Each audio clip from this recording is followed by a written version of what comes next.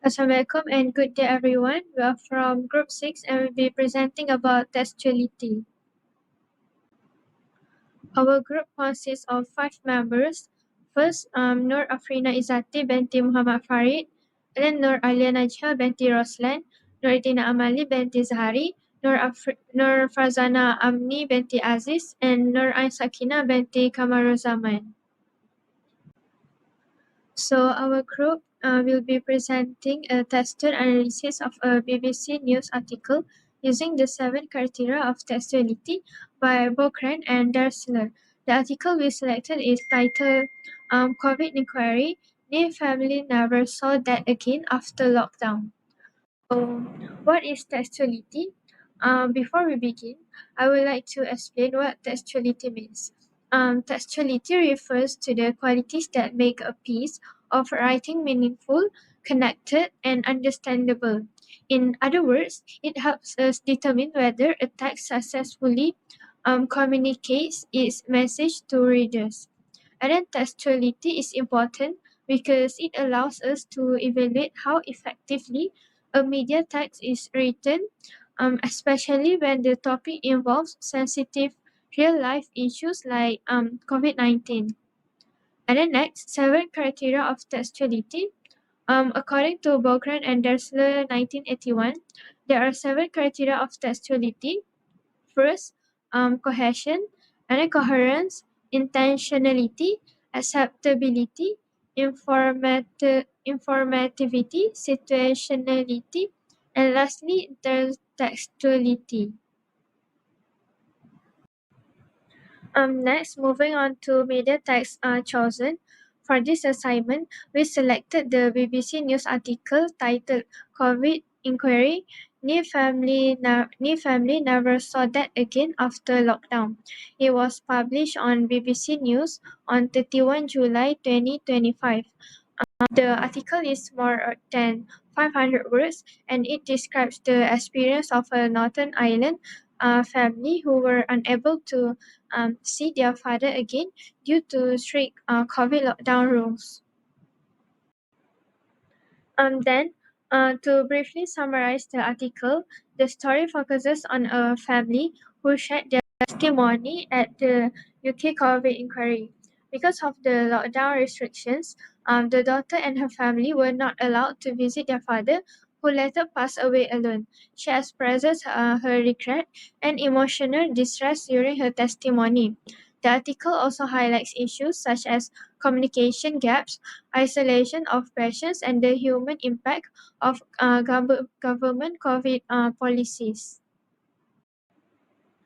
The purpose of our analysis is to identify how well this article fulfills the 7 criteria of textuality. By doing this, we can understand the effectiveness of the article in delivering emotional and factual information, and whether it successfully communicates the seriousness of the topic. And for our methodology, each group member read the article carefully. We then discuss and identify examples from the text and that match each of the 7 criteria. And after that, we organized our findings and divided the presentation according to members. That is the end of my section. So let's start with the first type of textuality, which is cohesion. Cohesion is actually the links and ties that hold a text together. It's actually a visible linguistic clues, which is it visible on the surface of the text because it made through words, grammar, and also structure. There are some types of cohesive devices is recurrence, partial recurrence, parallelism, paraphrase, profound, ellipsis, tense and aspect, and also junction. So we have found some of the findings of cohesion from our media text. First is Ivan McQuitty, 84, died in May 2020 in hospital from COVID. He also had dementia and was profoundly deaf in both ears. So in this sentence, we can see that the type of cohesive device that have been used is proform. Because why? Because the pronoun he refers back to Ivan McQuitty, which is it says that Ivan McQuitty is the one that had dementia and had profoundly deaf in both ears. So it refers back to Ivan McQuitty, connecting the sentence to the previous information. Second sentence is, we were able to carry the coffin about 10 meters. There was no wake, no stories for these grandchildren, no handshake.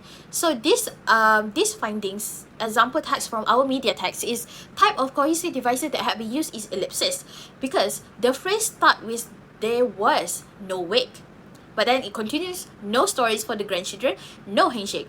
It's actually should be the phrase should be there is there was or they were. So here in these phrases, we can see that the phrase there was and they were are removed. So this called ellipsis because it wants to avoid repetition of the phrase there was and they were. For the there was no wake, there were no stories for the grandchildren, and also there were no handshake. So this we can see the ellipsis is avoiding a repetition.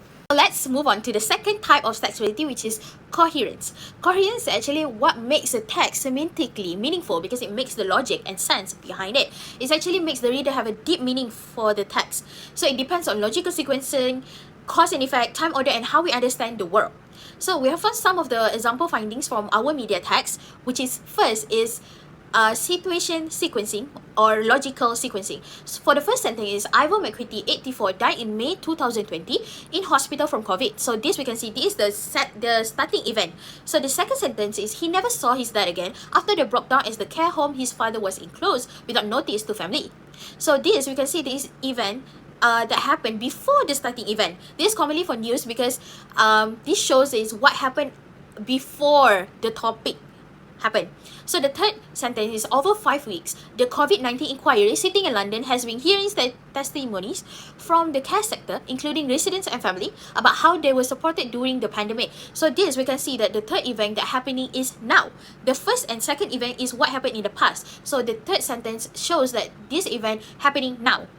For the fourth event is speaking publicly for the first time about his father's death. Gregory McQuitty described his father as the most honest, hardworking, and best man whom he models his life on. And Mr. McQuitty, who was emotional throughout his evidence, said while he was extremely nervous, it was important that he spoke up for his father. So this we can see this the fourth event, which is the event that follows the third event. So now we can see that the readers can read and follow step by step to understand what is the deep meaning in this media text. The previous example of text shows that it makes sense because events or situation follow logically. So the text shows a series of events happening in order. So they are arranged in a clear timeline so readers can follow the story one by one. For the second sentence is, he told the inquiry his father's funeral was clinical and nothing about it was near normal with only 11 people allowed to attend. So this example findings is another thing, which is this shows cause and effect in the sentence. So this is because ideas are connected by reason and consequences. We can see that the cause is only 11 people allowed to attend, and the effect is nothing about it was a near normal. So this shows that COVID rules caused a funeral that lacked cultural or community support. So this shows the idea is connected together to make us the deep meaning for the readers. Next, I'll be discussing two essential concepts in textuality. So let's begin with intentionality first. So intentionality refers to the author's purpose and the rhetorical strategies they employ to achieve that purpose. So the writer's choice of language is crucial here. It aims to implicit specific emotional responses from the reader, guiding both their understanding and reaction to the content. So to illustrate this, let's look at two examples from the media text. First, we have a poignant quote that said, "There are so many unanswered questions around my father's death, we just don't know what happened." So this use of personal emotional language is designed to evoke empathy and highlight the suffering of families affected by the crisis. So the intention here is clear, which is to convey the human cost associated with systematic failures in care. Now, next, another example in the statement, care homes were not a government priority during the pandemic, oversight mechanisms withdrawn at a time of urgent need.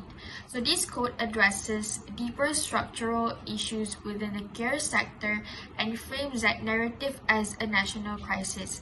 So this writer's intention is, in this case, is to inform and advocate for necessary reform. Now let's move to acceptability. So acceptability concerns whether readers find a text relevant, useful, and appropriate for their context. A text must resonate with its audience. Even the most well-crafted messages may fall short if they do not align with the reader expectations. For instance, consider one of the findings from the media text. Council for the Anti-COVID Bereaved Families group said the removal of contact with loved ones must never be repeated.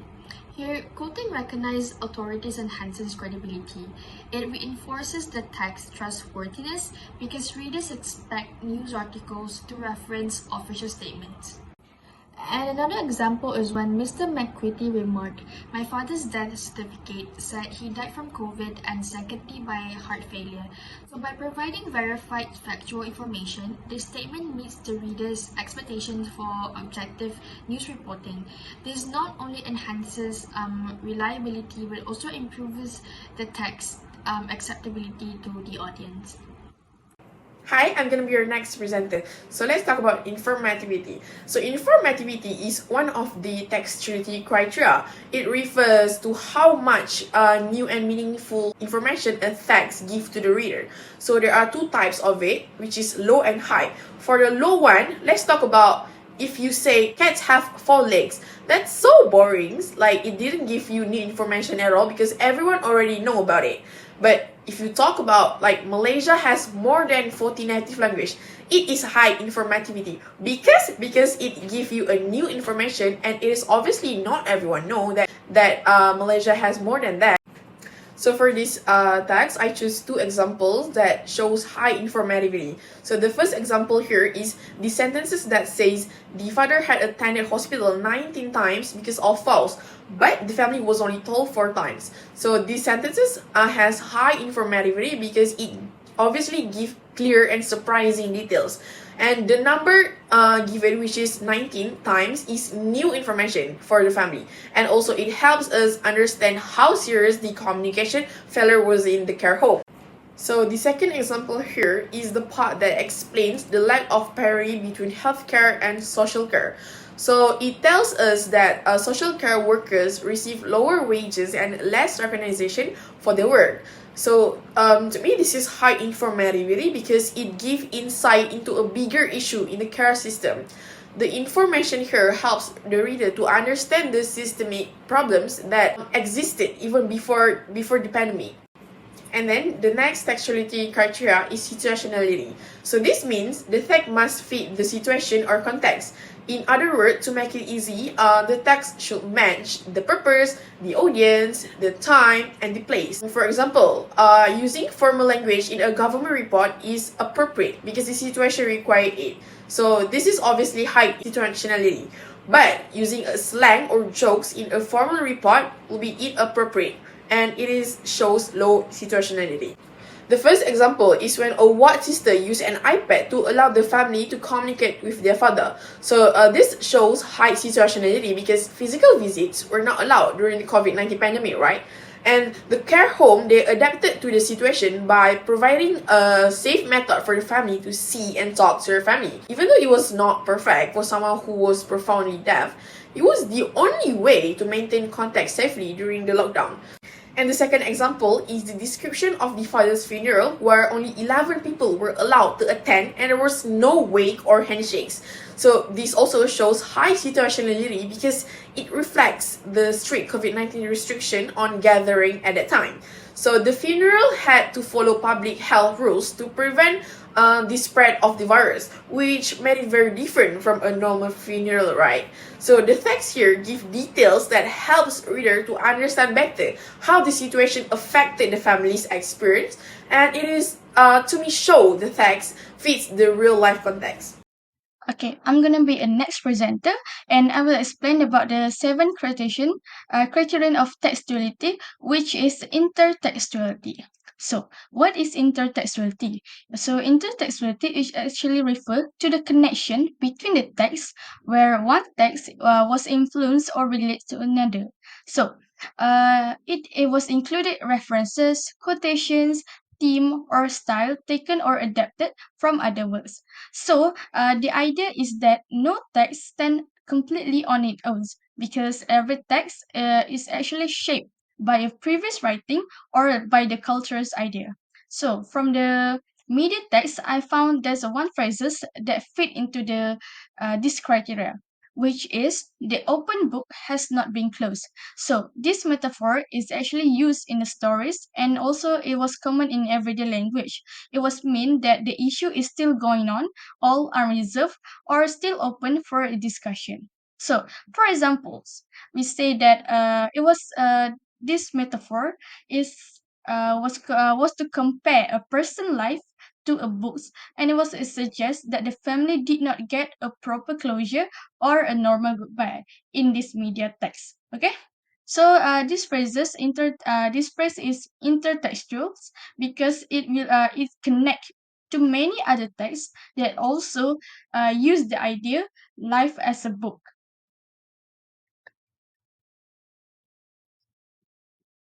For an example that I found from a media text is a shrug of the shoulder as thought it was the answer and not the problem, that the social care sector was the Cinderella service. So at the end of the Cinderella service is actually the intertextuality criteria.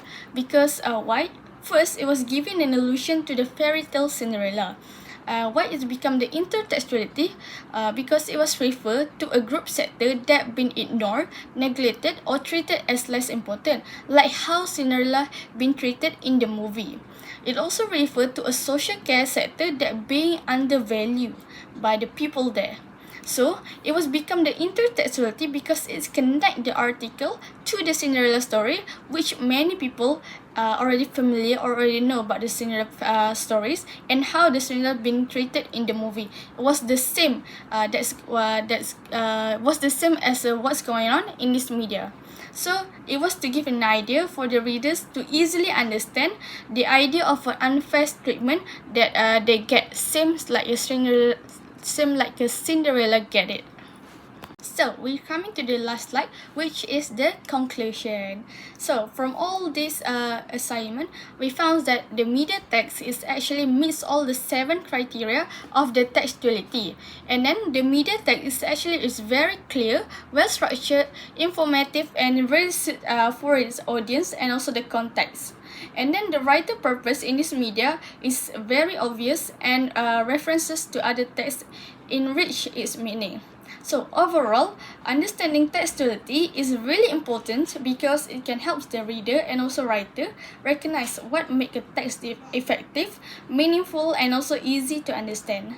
So what our group has been learned from this assignment is actually how this feature can shape successful communication between the writers and also the readers.